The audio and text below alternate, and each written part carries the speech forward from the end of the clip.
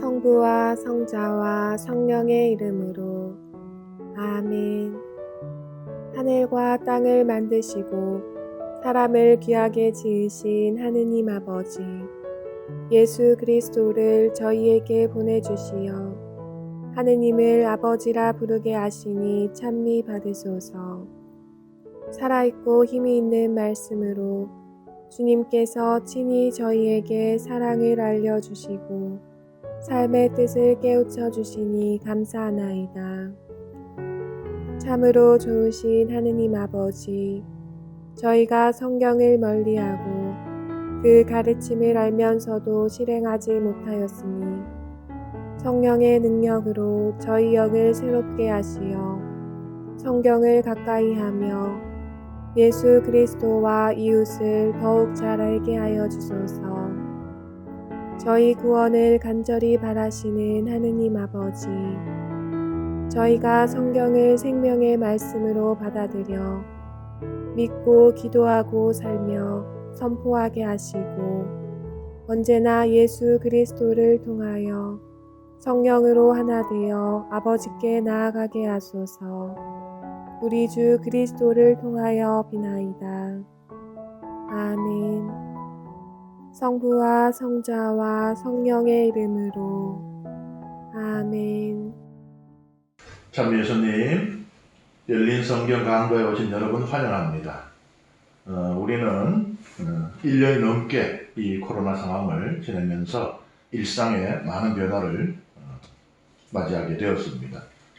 우리가 이전에는 당연하게 또 자연스럽게 누리던 것들을 더 이상 누리지 못하는 그런 그 상황이 되었죠. 그 가운데 하나가 아마 여행이 아닐까 싶어요. 여러분들은 어떤 여행을 좋아하십니까? 비행기 타고 가는 여행, 배 타고 가는 여행, 기차 타고 가는 여행, 버스 타고 가는 여행. 뭐 여행도 여러 종류가 있죠. 뭐 깊은 자연 속으로 들어가는 것도 있고, 또 여러 가지 다양한 풍물을 체험하는 그런 여행도 있겠고, 또 맛있는 먹거리를 찾아 떠나는 그런 여행들도 있겠고, 아마 우리가 가장 대표적이고 가장 오래 지속되어 전통적인 여행의 형태는 이국적인 것을 맞이하는 여행일 겁니다. 이국적인 풍경, 이국적인 문화, 이국적인 음식, 이국적인 사람들과 언어들. 그것은 로마 시대부터 사실은 본격적으로 지속되어 온 오래된 전통이라고 볼 수 있습니다. 로마인들, 고대 로마에서 가장 인기 있는 취미 중에 하나가 이 여행이었거든요. 그래서 이제 여행을 갔다 오면은 이 다른 나라의 문화에 대해서 글을 쓰고 또 다른 나라의 풍경에 대해서 이야기를 하면 구름대처럼 사람들이 모여서 듣고 하면 또 그 이야기하는 사람은 또 어깨가 또 우쭐해지고 신이 나고 하겠죠. 이국적이라는 것은 기대감을 갖게 하고 또 설레게 하는 것이죠. 그래서 우리도 비행기를 탈 때면은 이게 가슴이 설레잖아요. 아, 그게 무엇이 있을까? 우리가 물론 뭐 TV라든지 또는 책을 통해서 어느 정도의 그 선지식을 갖고 가지만 그래도 그것과 다른 무엇이 생생하게 체험되는 것이 있을 것이라는 그 기대감 때문에 그럴 것입니다. 이 즐거운 이 체험이 지금 거의 불가능해진 지가 벌써 1년이 넘었다 이거죠. 그래서 오늘 여러분들께 제가 여행 한 가지를 소개해드리고 초대하고자 합니다. 이 성경의 세계로의 여행이에요. 당연히 여러분들 예상하셨겠지만 제가 무슨 여행사 직원도 아닌데 뭐 비행기 표는 못 드리고 여기에 필요한 티켓은 성경입니다. 성경의 세계는 대단히 현실적이죠. 거기에는 우리와 같은 사람들이 등장합니다. 때로는 한없이 자비롭다, 때로는 또 저렇게 죄를 지을 수 있을까 하는 그런 모습들, 그리고 거기에는 실존하는 진영들, 또 문화들, 인종들, 여러 가지, 또 지금도 반복해서 벌어지고 있는 일들, 사건들이 등장을 하고 있고요.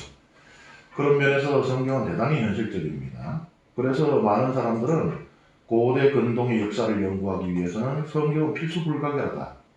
뭐 어떤 사람들은 성경을 그냥 지어낸 이야기다, 전설이나 소설에 불과하다라고 생각하는 사람들도 믿지 않는 이들 중에 있겠지만, 사실은 학자들은 뭐 역사학이든 고고학이든 문화학이든 인류학이든 그 어느 학자들도 성경의 그 가치를 무시하지 않고 있습니다.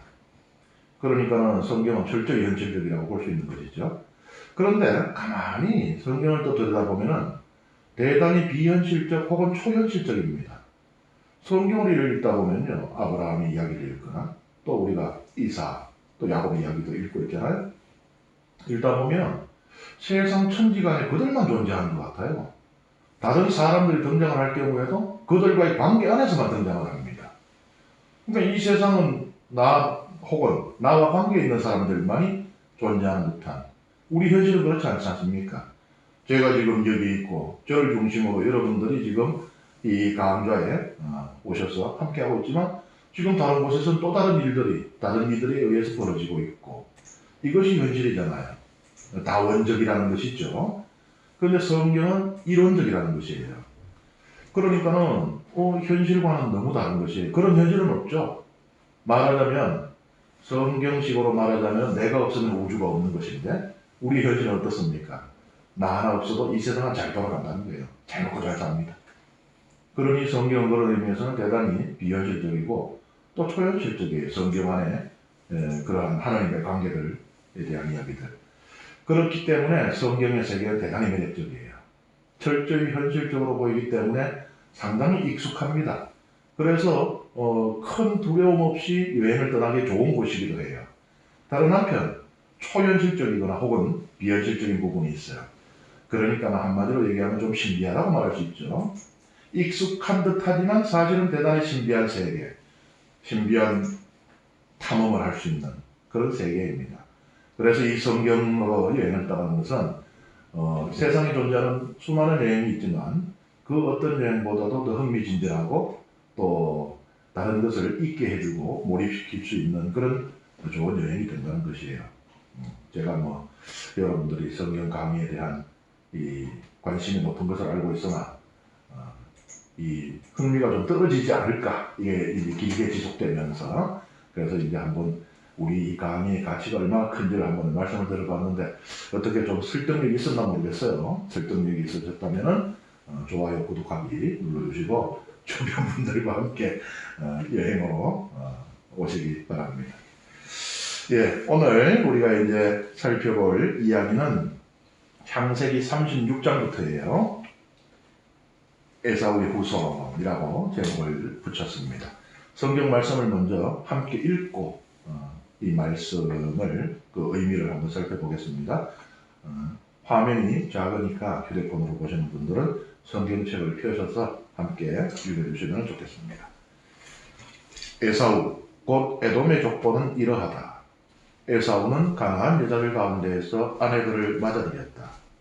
히타이트 사람 엘론의 딸 아다, 히위 사람 시보온의 아들 아나에게서 난 딸 오홀리바마, 그리고 이스마엘의 딸이며 느바요의 누이인 바스맛이 그들이다. 아다는 에사우에게 엘리파즈를 낳아주었고 바스맛은 러우엘을 낳았다. 오홀리바마는 여우스, 얄람, 코라를 낳았다. 이들이 가나안 땅에서 태어난 에사우의 아들들이다. 그 뒤에 에사우는 아내들과 아들, 딸들, 자기 집에 딸린 모든 식구들, 그리고 가나안 땅에서 얻은 가축대와 모든 짐승들과 재산을 거두어 자기의 아우 야곱에게서 좀 떨어진 땅으로 갔다. 함께 살기에는 그들의 가산이 너무 많았기 때문이다. 가축이 너무 많아 그들이 머물던 땅이 그들을 다 받아들일 수가 없었던 것이다. 그래서 에사우는 세이르의 산악지방에 자리를 잡았다. 이 에사우가 곧 에돔이다. 세이르 산악지방에 사는 에돔의 조상 에사우의 족보는 이러하다. 에사우의 아들들의 이름은 이러하다. 에사우의 아내 아다의 아들 엘리파즈와 에사우의 아내 바스맛의 아들 러우엘이다. 엘리파즈의 아들은 테만, 오마르, 저포, 가탄, 크나즈이다. 에사우의 아들 엘리파즈에게는 팀나라는 소실이 있었는데 그가 엘리파즈에게 아말렉을 낳아주었다. 이들이 에사우의 아내 아다의 자손들이다. 러우엘의 아들들은 이러하다. 곧 나핫, 제라, 삼마, 미자이다. 이들이 에사우의 아내 바스맛의 자손들이다. 시브온의 아들 아나의 딸로서 에사우의 아내인 오홀리바마의 아들들은 이러하다. 그는 에사우에게 여우스, 얄람, 코라를 낳아주었다. 에사우의 자손들의 족장들은 이러하다. 에사우의 맏아들 엘리파즈의 아들들은 족장 테만, 족장 오마르, 족장 츠포, 족장 크나즈, 족장 코라, 족장 가탐, 족장 아말렉이다. 이들이 에돔 땅에 있는 엘리파즈의 족장들이다. 이들은 아다의 자손들이다. 에사우의 아들 러우엘의 아들들은 이러하다. 족장 나핫, 족장 제라, 족장 삼마, 족장 미자이다. 이들이 에돔 땅에 있는 러우엘의 조상들이다. 이들은 에사우의 아내 바스맛의 자손들이다. 에사우의 아내 올리바마의 아들들은 이러하다. 족장 여우스, 족장 얄람, 족장 코라이다. 이들은 아나의 딸로서 에사우의 아내인 오홀리바마의 아들들이다. 이들이 에사우 곧 에돔의 아들들이며 이들이 그 족장들이다. 호르 사람 세일의 아들들로서 그 땅의 주민들은 이러하다. 곧 로탄, 소발, 치보온, 아나, 디손, 에체르, 디산이다. 이들이 에돔 땅에 사는 세일의 아들들로서 호르족 족장들이다. 로탄의 아들들은 호르와 헤맘이고 로탄의 누이는 팀나이다. 소발의 아들들은 이러하다. 곧 알완, 마나핫, 에발, 스포, 오남이다. 치보온의 아들들은 이러하다. 곧 아야와 아나이다. 아나는 자기 아버지 치보온의 나귀를 치다가 광야에서 온천을 발견한 사람이다.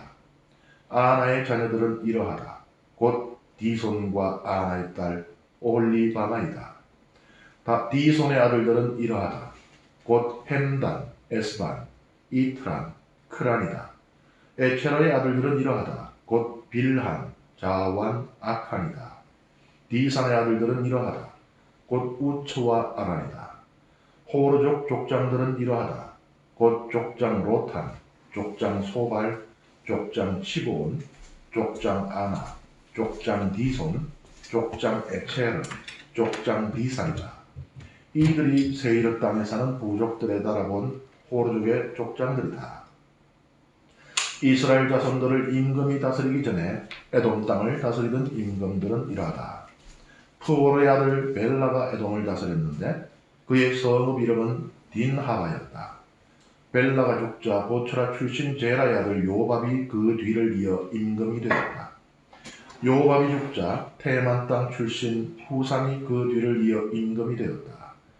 후삼이 죽자 브닷의 아들 곧 미디안을 모압 평야에서 무찌른 하닷이 그 뒤를 이어 임금이 되었다. 그의 성읍 이름은 아윗이었다. 하닷이 죽자 마스레카 출신 사물라가 그 뒤를 이어 임금이 되었다. 사물라가 죽자 강가 르호봇 출신 사울이 그 뒤를 이어 임금이 되었다. 사울이 죽자 악보르의 아들 바알 하난이 그 뒤를 이어 임금이 되었다. 악보르의 아들 바알 하난이 죽자 하다르가 그 뒤를 이어 임금이 되었다. 그의 성읍 이름은 파우였다. 그리고 그의 아내 이름은 모에타브엘이었는데 메자합의 딸인 마트렛의 딸이었다.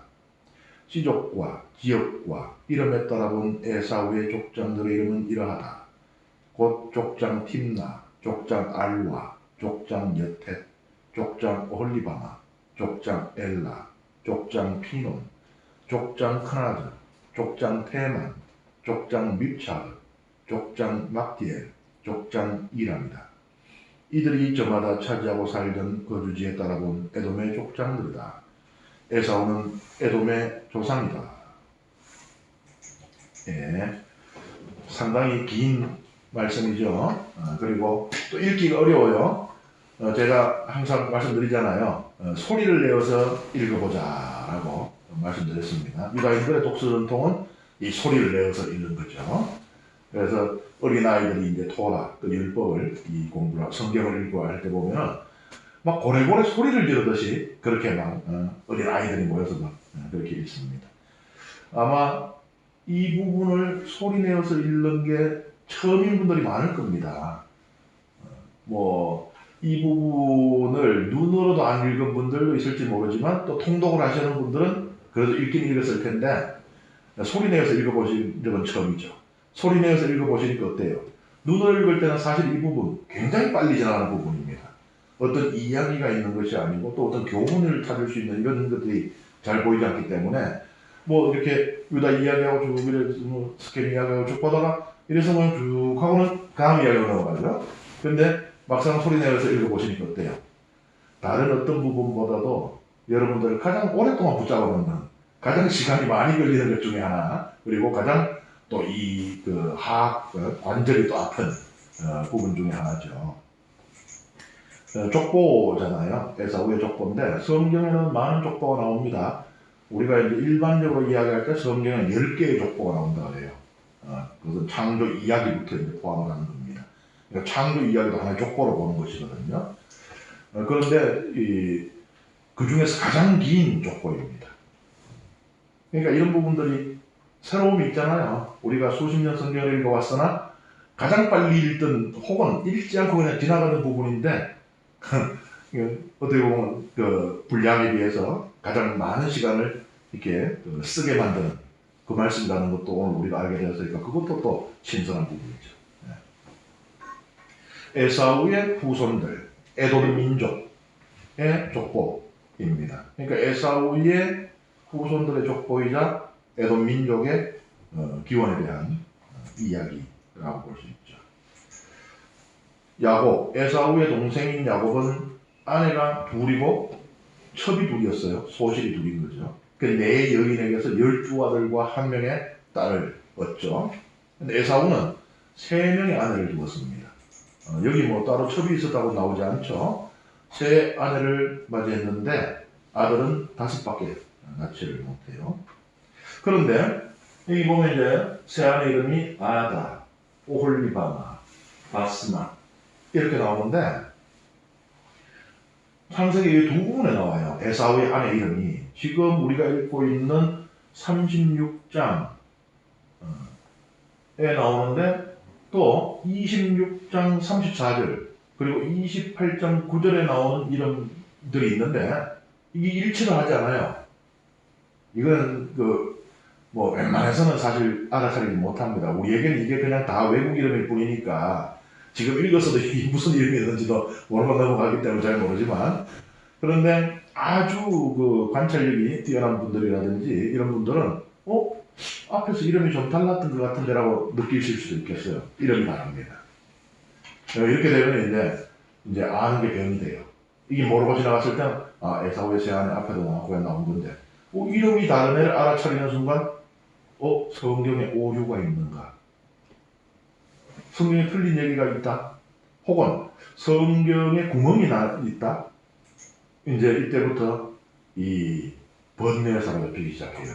왜냐하면 이게 아무리 작은 것이라고 해도 아주 완벽하다고 생각했던 것이 하나의 빈 허점이 있다고 흠집이 있다고 생각을 하면 더 있을 수도 있다는 이야기라는 것으로 이제 생각이 발전하게 됩니다.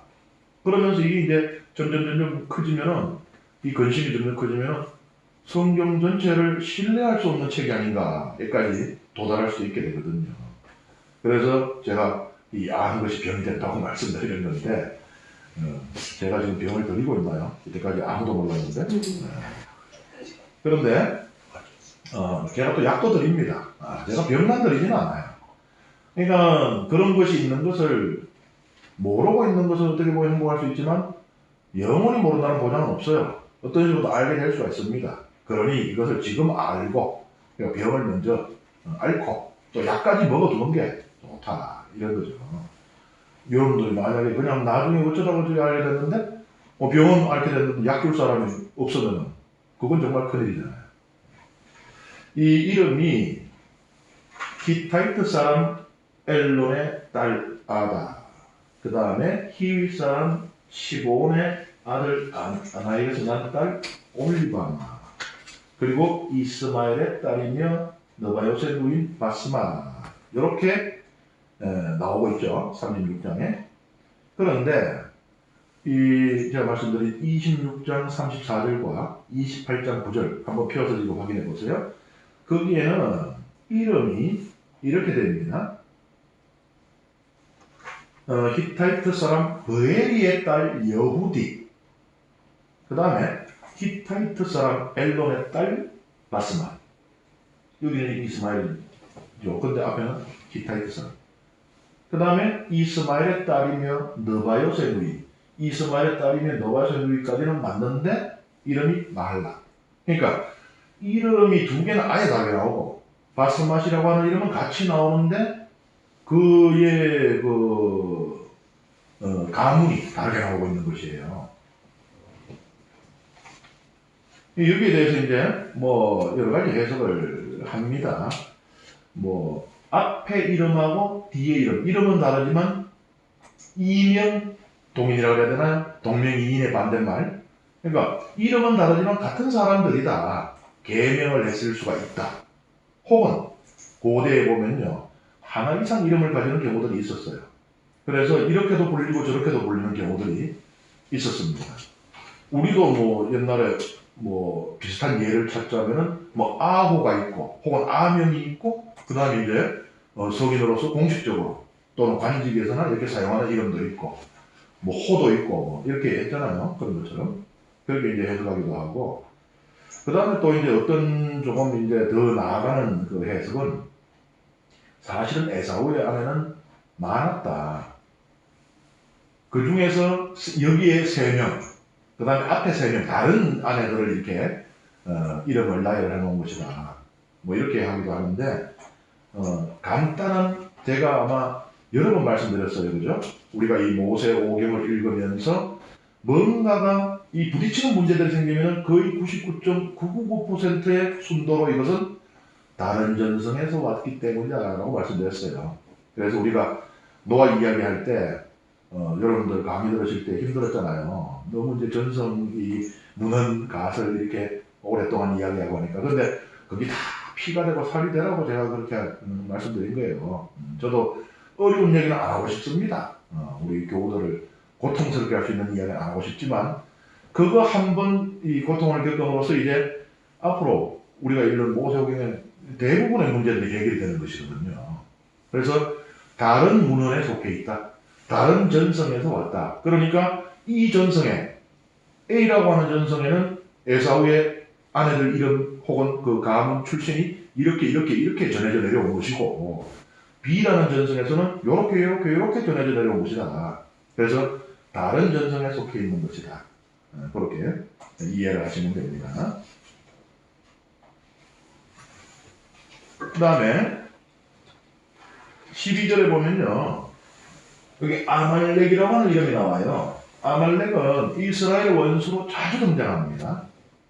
탈출기 17장 8절에서 16절에도 나오고요. 민수기 14장 39절에서 45절에도 나오고요.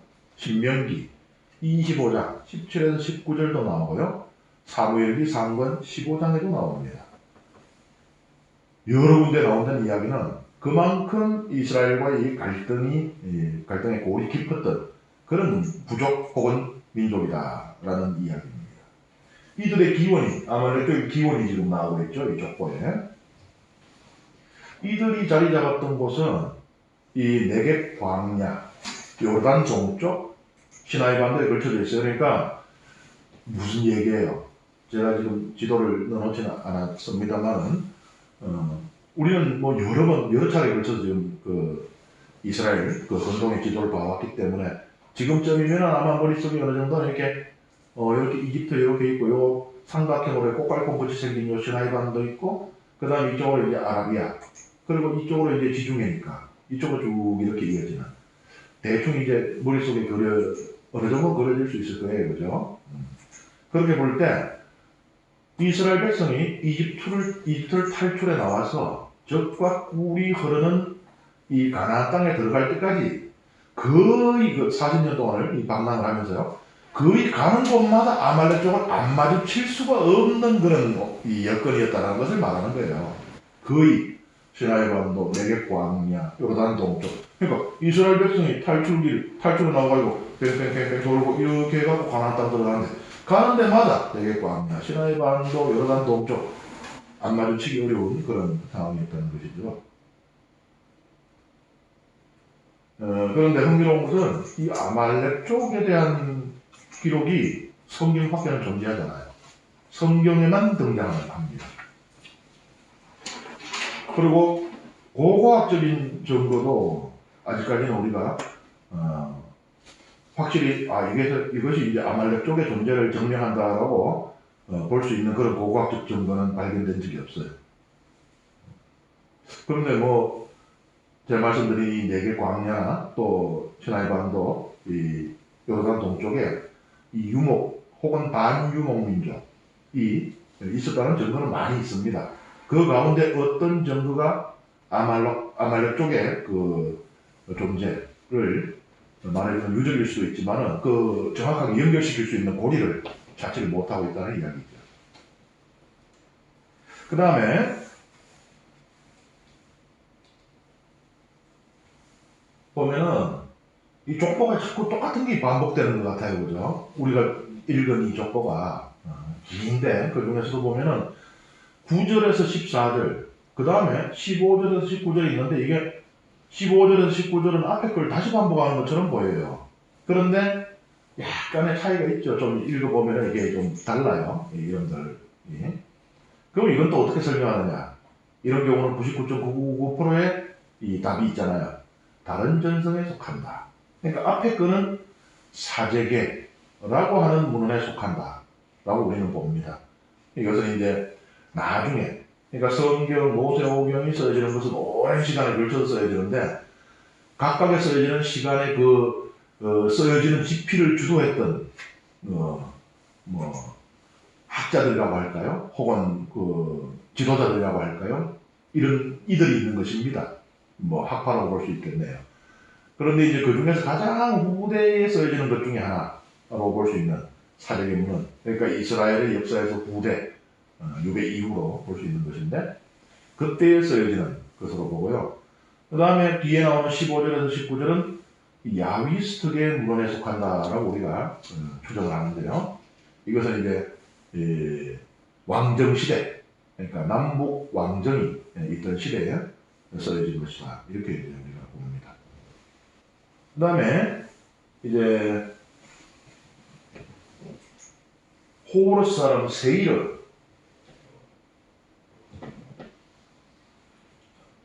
호르스 사람 세이르가 어디 있어요? 호르스 사람 세이르에 이제 족보가 나오죠. 그런데 여기에는 에사우의 후손이잖아요, 세이르가. 그런데 신명기 2장 12절에 따르면은 이 세이르는 에사우의 후손이 아니고, 그러니까 이 땅에 살던 원주민으로 나옵니다. 그러니까 에사우하고 피 한 방울 섞이지 않은 그 땅에 사는 원주민으로 나와요. 그러니까 원래 이 땅에, 지금 세이르라고 이제 우리가 이름을 붙이게 되는 땅인데, 그 땅에 살고 있었고, 이 세이르라고 불리는 한 명일 수도 있고, 혹은 그 부족 전체를 가리킬 수도 있겠죠. 그런데 이제 에사우의 후손들이 그 땅을 차지하고 살게 되면서 그냥 흡수해버렸다라고 이해를 할 수가 있겠습니다. 그 다음에 흥미롭게도 여기 보면 그냥 계속 사람 이름만 나와요. 너무 좀 지루할 정도로. 근데 여기 보면은 그 사람에 대한 설명이 있는 게 하나 있죠. 아는 자기 아버지 치본의 나귀를 치다가 광야에서 온천을 발견한 사람이다. 온천이 중요한가 봐요. 온천은 동서양을 막론하고 다 좋아하더라고요. 그리고 약간 신비롭게도 여겨요. 치유의 효능이 있다는 이런 거. 우리나라뿐만 아니고 서양도 마찬가지고요. 이스라엘에서도 그랬습니다. 이스라엘에 제가 재밌는 얘기 하나 말씀드리면은, 예수님께서 부활하지 않았다고 주장하던 사람들이 항상 있어 왔어요. 예수님 당대에도 있었고 지금도 있습니다. 그리고 복음에도 기록되어 있잖아요. 사람들은 제자들이 예수님의 시신을 훔쳐갔다고 생각하였다. 그 당시에도 그렇게 생각을 했던 거예요. 그 중에 이제 예수님이 나중에 사람들에게 나타나잖아요. 그러니까 어쨌든 예수님이 무덤에 들어갔는데 그 뒤에 다시 나타나는 건 부정을 못해요. 왜냐하면 수많은 사람들이 다시 나타난 예수를 봤으니까. 그런데 이것을 돌아가시고 부활하셨다라고 인정하기 싫은 사람들이 어떤 논리를 하나 내세웠는가 하면은, 예수님은 실제로 돌아가시지 않았다는 거예요. 큰 고통을 겪었지만 완전히 사망하진 않았는데 가사 상태에 빠졌었다. 가사 상태에 빠진 것을 돌아가신 줄 알고 이제 무덤에 모시게 된 것이고, 근데 이제 예수님이 어느 정도 이제 상처가 회복되고 이제 가사 상태에서 깨어났다는 거예요. 그리고는 이제 깨어났는데 아직도 뭐 고문당했던 것하고 십자가에 달렸던 것, 이게 이제 그냥 있으면은 진짜로 사망할 수 있는 그런 상처가 되니까 어떻게 했느냐? 예수님께서 티베리아스까지 가시는 거예요. 왜냐하면 예수님이 돌아가고 묻히신 곳은 예루살렘이잖아요. 그 예루살렘은 유다에 있거든요. 이스라엘에 있으면 이 남쪽에 있단 말이에요. 근데 여기서부터 티베리아스면 어딘가 하면은 갈릴레아입니다. 그러면은 말하자면 이스라엘에 실제로 사람들이 모여 살고 있는 곳, 그러니까 사막이나 이런 거 다 빼고 광야, 실제로 사람들이 거주하는 지역만으로 봤을 때 거의 제일 밑에서 제일 위까지 가시는 거예요. 그 아픈 몸을 이끌고. 왜? 살려고. 거기 가면 뭐가 있길래? 티베리아스의 온천이 유명하거든요. 지금도 이 동쪽에 있는 골란고원, 이게 하산 활동을 하던 곳이거든요. 그 지하에서 뜨거운 온천수가 흘러 들어옵니다. 그게 티베리아스에서 이제 그 물을 뽑아내는 거예요. 그래가지고 고대에도 티베리아스의 온천은 대단히 유명했고요. 중세에도 이제 그 아랍인들이 이 이스라엘을 또 예루살렘을 점령하고 했었잖아요. 그래서 성지를 탈환하기 위해서 우리가 여러 번의 십수번이 되는 십자군 또 운동도 일어나고 했었잖아요. 그래 이 아랍 사람들이 지었던 그 티베리아스 주변에 고대 온천들이 아직도 있고 하거든요. 예수님이 거기까지 갔다는 거예요. 거기서 온천을 해서 이제 몸을 회복을 하고 예수님이 예루살렘에 오셔가지고 사람들에게 나타났다라는 그런 주장이 있는데 좀 그래도 제가 설명을 어떻게 제대로 했는지 모르겠지만 좀 정교하죠. 좀 이야기가 나름대로 이유가 되고 온천수의 그 치유의 효능은 뭐 오늘날 우리가 누구도 부정하기 힘든 부분이 있으니까요. 저는 이야기를 그런 생각이 들더라고요.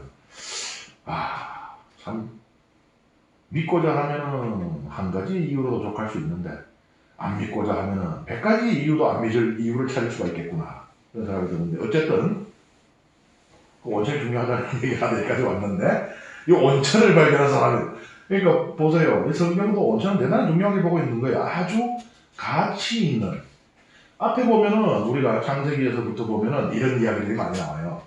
그래서 이제 이 인물들의 족보가 나오면은 그는 음악을 처음으로 시작했다. 그는 대장장 일을 처음으로 시작했다. 그러니까 우리 인류의 역사, 우리 인류의 문화와 생존을 위해서 중요한 가치를 가진다고 생각하는 그런 데 대한 기원들을 밝히고 있잖아요.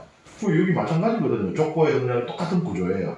그러니까 이 고대에서부터 온천이라는 것은 대단히 중요한 가치를 가지는 것으로 인식을 하고 있었다는 이야기예요. 그런데 다른 해석을 하는 경우도 있습니다. 이 온천으로 우리가 번역한 히브리어는 하예밈인데 이것을 노세로 번역을 하기도 해요. 그러면은 이제 아나가 온천을 발견한 게 아니고 나귀를 치다가 나귀하고 말을 이종교배를 시켜서 노새를 얻었다. 하예밈을 노새로 해석을 하는 거예요. 그러니까 노새가 말하자면 혼혈이잖아요. 잡종이라는 말을 쓰고 싶은데 좀 안 좋은 의미가 있어가지고 그 잡종이라는 뜻자 맞아요. 종이 교잡해서 이제 생긴 것인데 노새의 기원. 노새가 누가 생겼냐? 노새를 아나가 만들었다. 이렇게 이제 해석을 하기도 합니다. 그런데 뭐 온천으로 해석하는 게 저는 더 좋아요, 개인적으로. 그 다음에 이제 에돔이라고 하는 것은 민족의 이름이기도 하지만 국가 이름이기도 합니다. 이 국가라는 것은 이제 임금이 있겠죠.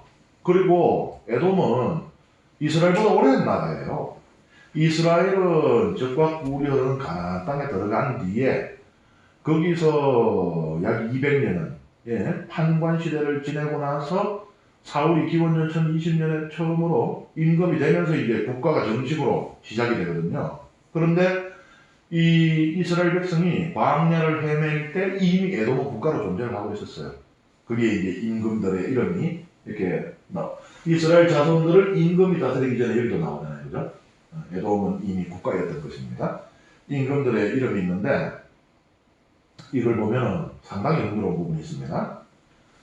이제 그 아들이 되고 죽자, 그러니까 제라의 아들 요압이 벨라가 죽으니까 제라의 아들 요압이 벨라의 아들이 임금이 된 게 아니고요.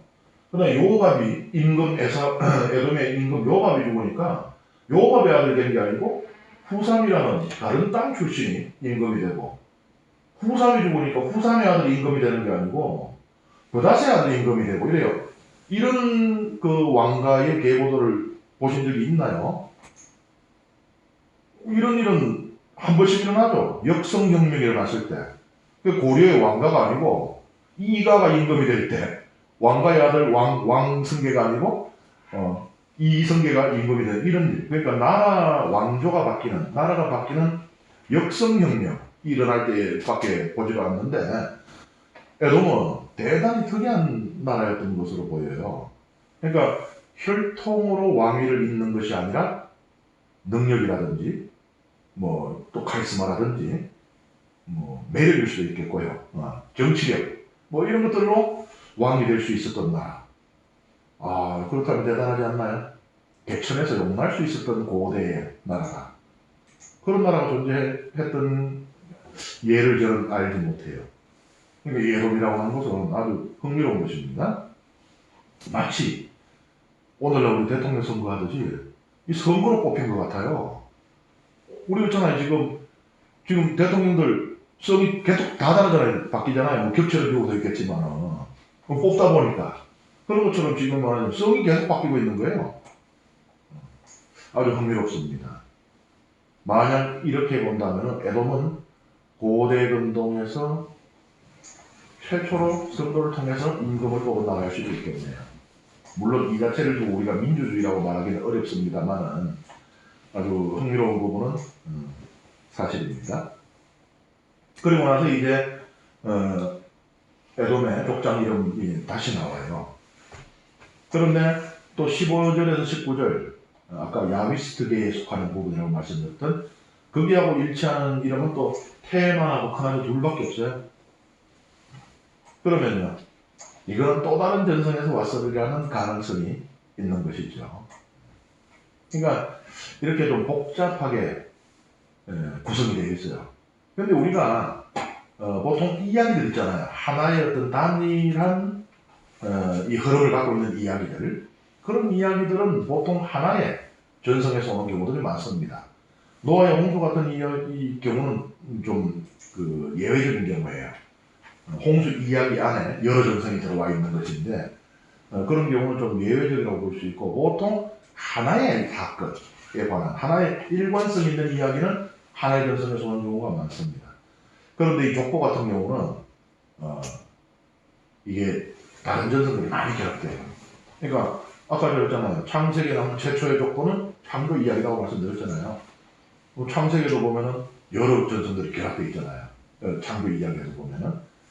그래서 이제 족보는 좀 이렇게 읽다 보면은 뭐 사실 뭐 내용이 어떤 사건이나 이런 게 없는데도 굉장히 머리를 복잡하게 만들고 꼼꼼히 읽다 보면은 이거 뭐 왜 이렇지? 이런 생각이 들게 하고 좀 그렇게 하는 부분이기도 합니다.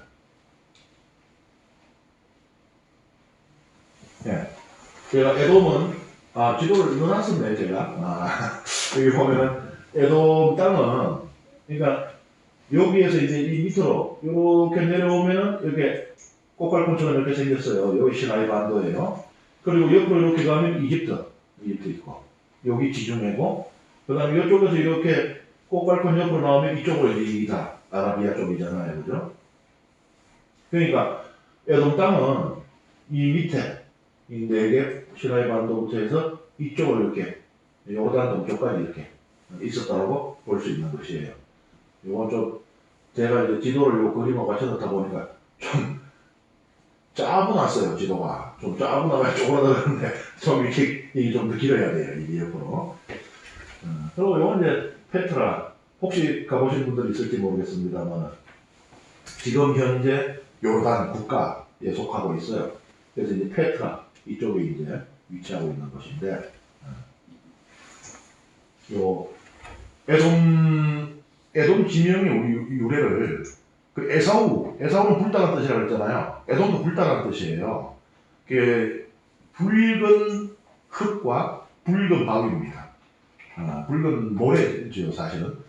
이 사암이 모래가 굳어서 된 바위인데 붉은색을 띠고 있습니다. 이게 뭐 좀 잘 파져요. 다른 뭐 화강암이라든지 이런 거에 비하면은 이게 이제 잘 파집니다. 이게 어마어마한 요 사람 있는 사진을 제가 일부러 넣어놨잖아요. 이 크기를 한번 이렇게 비교해 보라고.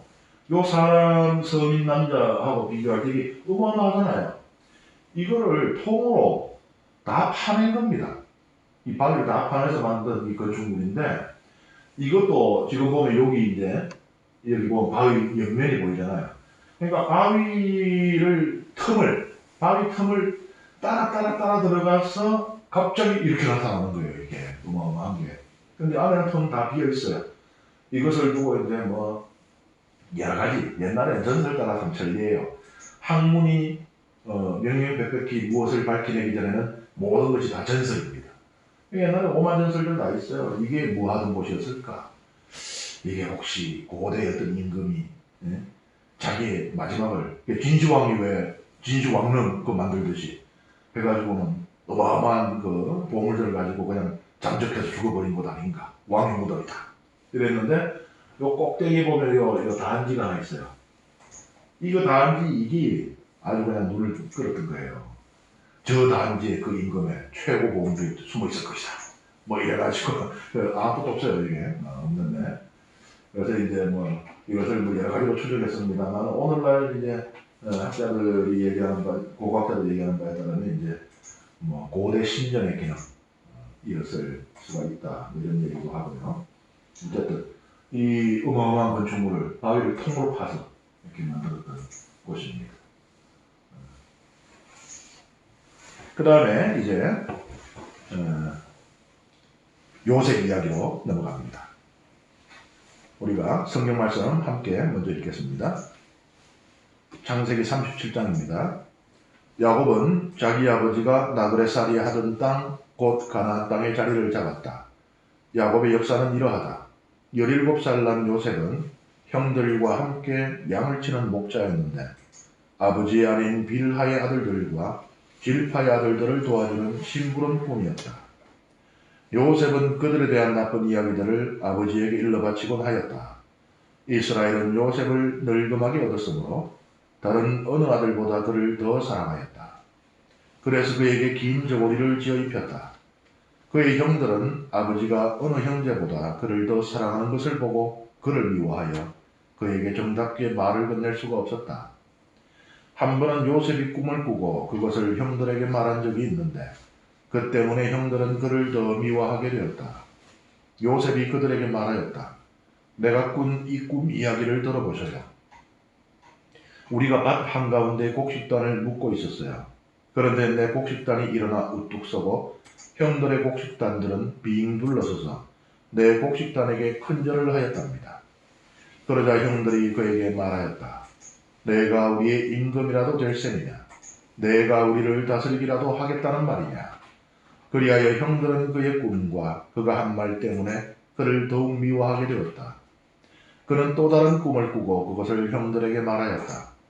내가 또 꿈을 꾸었는데 해와 달과 별 11개가 나에게 큰절을 하더군요.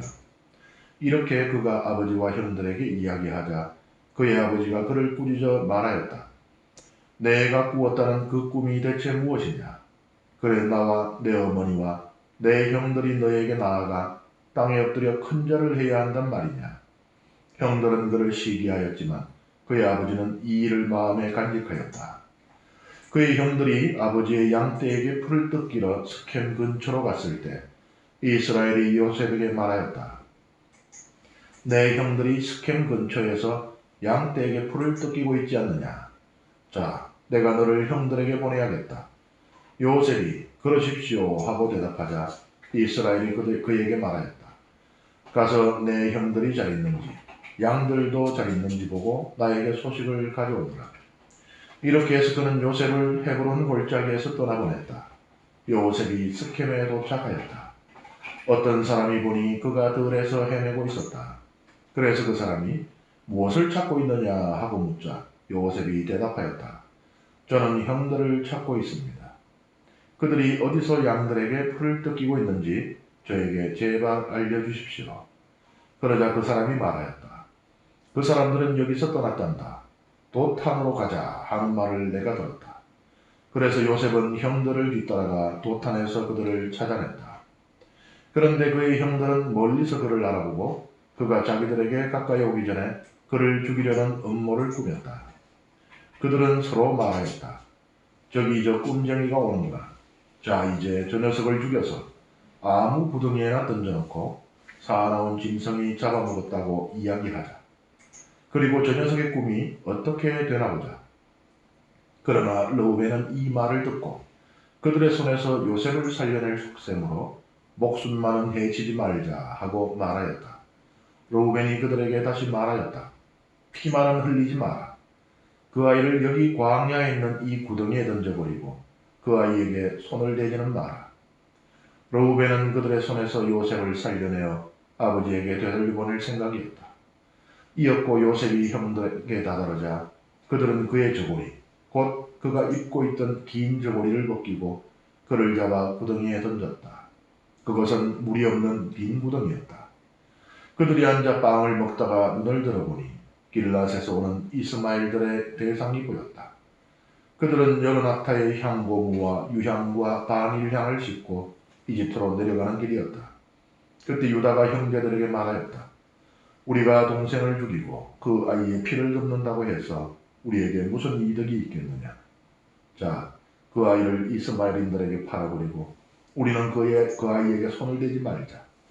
그래도 그 아이는 우리 아우고 우리 살부치가 아니냐. 그러자 형제들은 그의 말을 듣기로 하였다. 그때 미디안 상인들이 지나가다 요셉을 구덩이에서 끌어내었다. 그들은 요셉을 이스마엘인들에게 은전 서문잎에 팔아넘겼다. 이들이 요셉을 이집트로 데리고 갔다. 르우벤이 구덩이로 돌아와 보니 그 구덩이 안에 요셉이 없었다. 그는 자기의 옷을 찢고 형제들에게 돌아가 말하였다. 그 애가 없어졌다. 나는 어디로 가야 한단 말이냐. 그들은 요셉의 저고리를 가져다 순념소 한 마리를 잡아 그 피에 적셨다. 그들은 그 긴 저고리를 아버지에게 가지고 가서 말하였다. 저희가 이것을 주었습니다. 이것이 아버지 아들의 저고리인지 아닌지 살펴보십시오. 그가 그것을 살펴보다 말하였다. 내 아들의 저고리다. 사나운 짐승이 잡아먹었구나. 요셉이 찢겨 죽은 게 틀림없다. 야곱은 옷을 찢고 허리에 자루옷을 두건 뒤 자기 아들의 죽음을 오랫동안 슬퍼하였다. 그의 아들, 딸들이 모두 나서서 그를 위로하였지만 그는 위로받기를 마다하면서 말하였다. 아니다. 나는 슬퍼하며 저승으로 내 아들에게 내려가련다. 이렇게 요셉의 아버지는 그를 생각하며 울었다. 한편 미디안인들은 이집트로 가서 파라오의 내신으로 경호대장인 포티파르에게 그를 팔아넘겼다.